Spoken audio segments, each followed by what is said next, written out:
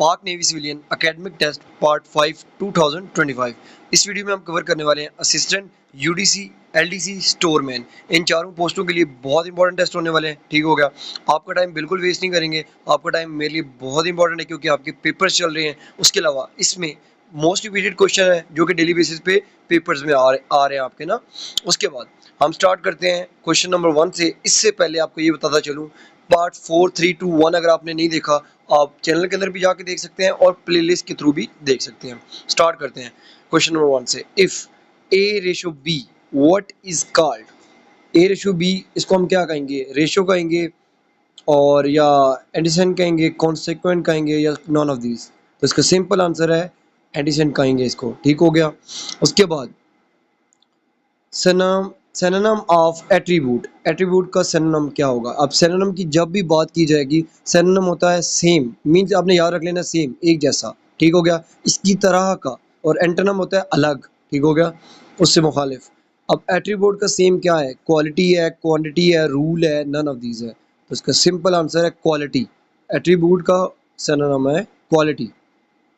उसके बाद identify the type of following matrix. अब आइडेंटिफाई करें इन मैट्रिक्स को। ये 4 ब्रैकेट्स में, 4 टाइम जो है 0 है इसमें ब्रैकेट्स के अंदर। इसमें आइडेंटिटी मैट्रिक्स है, डायगोनल मैट्रिक्स है, जीरो मैट्रिक्स है या स्केलर मैट्रिक्स है। तो इसका सिंपल आंसर है जीरो मैट्रिक्स। ओके हो गया। उसके बाद नेक्स्ट वन है what is the value of log 1? log 1 की वैल्यू कितनी होती है? 0, 1, 2, 5। तो आपने ये हमेशा याद रख लेना है, log 1 की वैल्यू होती है 0। ठीक हो गया, 0 होती है log 1 की वैल्यू। उसके बाद which instrument is most suitable to measure the internal diameter of a cylinder?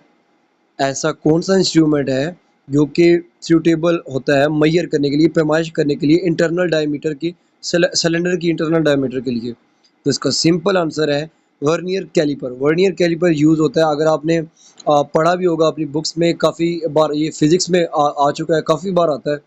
और ये मोस्ट रिपीटेड क्वेश्चन है, ये पेपर्स में 2 से 3 मरतबा अभी रिपीट हो भी चुका है। ठीक हो गया, वर्नियर कैलिपर।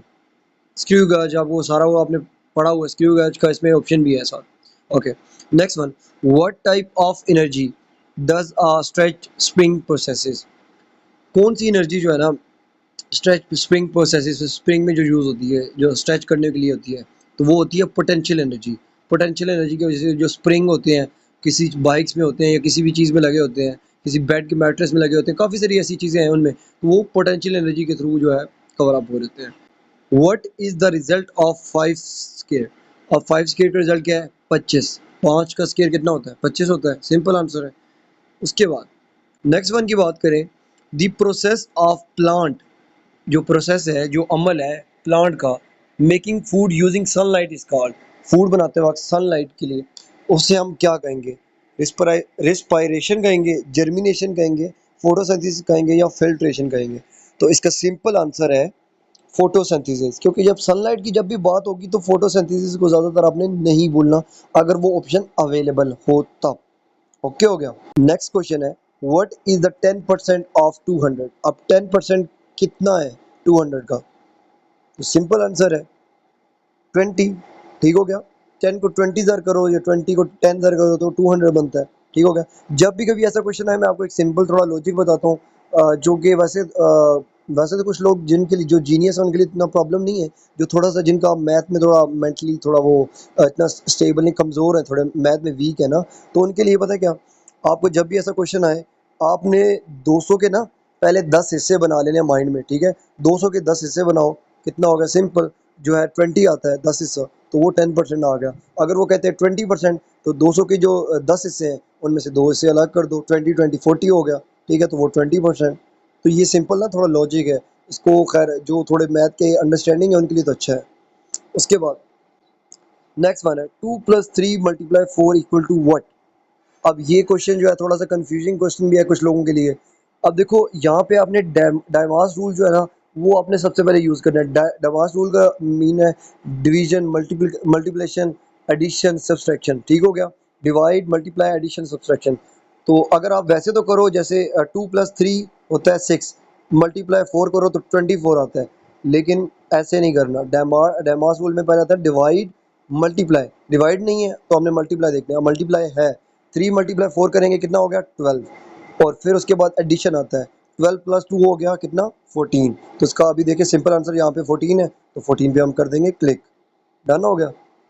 उसके बाद वो कह रहे हैं कि व्हाट इज द 25% ऑफ 320।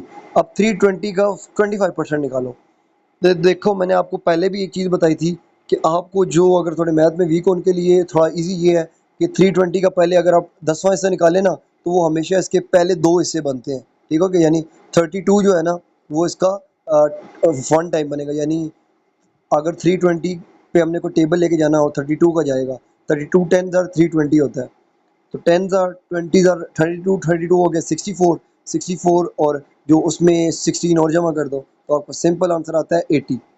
यानी ये मैं थोड़ा वैसे तो आपको मतलब जो एक्सपर्ट है उनके लिए इजी है, लेकिन जो वीक माइंडेड है उनको थोड़ा इसको लॉजिकली समझना होगा, वरना और भी काफ़ी सारे तरीक़ों से मैं आपको बता सकता हूँ लेकिन कंफ्यूज हो जाओगे यार, इसलिए कहता हूँ पेपर में बैठ के।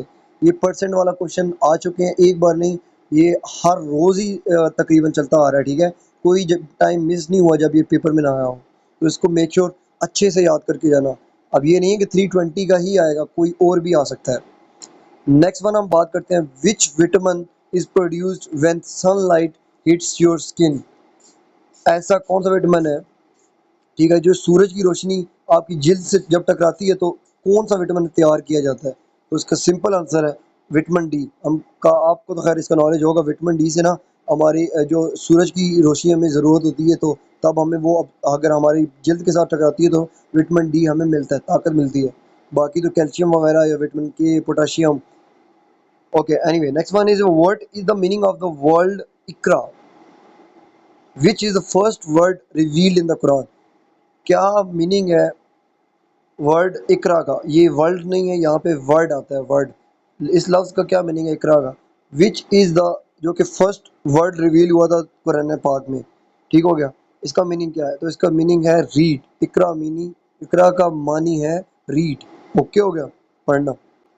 इसके बाद 1 byte is equal to dash. 1 byte कितना के इक्वल होता है? 8 बाइट के इक्वल होता है। 1 बाइट 1 बाइट के इक्वल होता है, ठीक हो गया। और एक क्वेश्चन पहले शायद मैंने कुछ पेपर्स में आपको दिखाया होगा, 1 बाइट इक्वल टू वो जो 8 MB वाला कॉन्सेप्ट समझाने के लिए मैंने आपको वो ये दिया था, कुछ कंफ्यूज हो गए थे कि 1 बाइट इक्वल टू 8 बाइट होता है, ठीक है, 8 बाइट। अब इसी तरह 1 MB इक्वल टू होता है 8 MB, ठीक है। वो मैं थोड़ा कॉन्सेप्ट क्लियर करा था आपका, कुछ लोग कंफ्यूज ज़्यादा हो गए इसमें से। तो जब भी 1 बाइट आता है तो आपने 8 बाइट ही, यानी इसका 8 टाइम जो है ना अपने प्लस करना है। उसके बाद Pakistan share its longest border with the country. Pakistan ने जो शेयर किया है सबसे बड़ा बॉर्डर कंट्री, कौन सी कंट्री के साथ? तो इसका गुड आंसर है इंडिया। अब ये भी एक वाहिद ऐसा क्वेश्चन है जिस पे बहुत से लोगों का गूगल के ज़रिए पता नहीं कितनी चीज़ों के ज़रिए कॉन्सेप्ट निकाल गए, उनका ये सोचना है कि इसका जो आंसर है वो अफ़गानिस्तान है, कि पाकिस्तान का सबसे बड़ा बॉर्डर अफ़गानिस्तान है। तो आप लोगों को मैं एक चीज़ बताता चलूँ, ये पाक स्टडीज़ की बुक से निकलो और थोड़ा सा बाहर का देखो। आपकी जो अभी लॉन्गेस्ट बॉर्डर है वो इंडिया के साथ कनेक्ट है, उसकी जो लेंथ है around I think 3300 plus kilometres है, और जबकि अफ़गानिस्तान के साथ जो आपका बॉर्डर शेयर है उसकी लेंथ जहाँ तक मुझे अभी जो माइंड में आ रहा है वो 2600 प्लस है, ठीक है। लेकिन ये 700 किलोमीटर का गैप है, कोई मजाक थोड़ी ना है, ठीक है। तो ये इंडिया का जो बॉर्डर है ना ये बहुत ज़्यादा लॉन्गेस्ट उसमें शेयर है, ठीक हो गया। नेक्स्ट वन की बात करें, who was the first president of Pakistan. Pakistan के सबसे पहले प्रेसिडेंट कौन थे? तो इसका सिंपल आंसर है सिकंदर मिर्ज़ा, जो थे ना पहले प्रेसिडेंट थे, ठीक हो गया। अब कायद-ए-आज़म मोहम्मद अली जिन्ना आपने नहीं लगाना क्योंकि वो थे गवर्नर जनरल ऑफ पाकिस्तान, ठीक हो गया।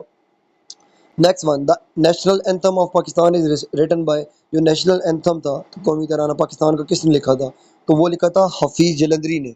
लेकिन इसी में क्वेश्चन आता है, और मैं पहले भी 1-2 वीडियोस में आपको मजीद बता भी चुका हूँ कि जब कंपोज की बात आएगी ना यार, तो कि इसकी हु कंपोज्ड, तो आपने हमेशा who compose national anthem of Pakistan, तो उसमें आपने अहमद जे चागला ही लिखना है।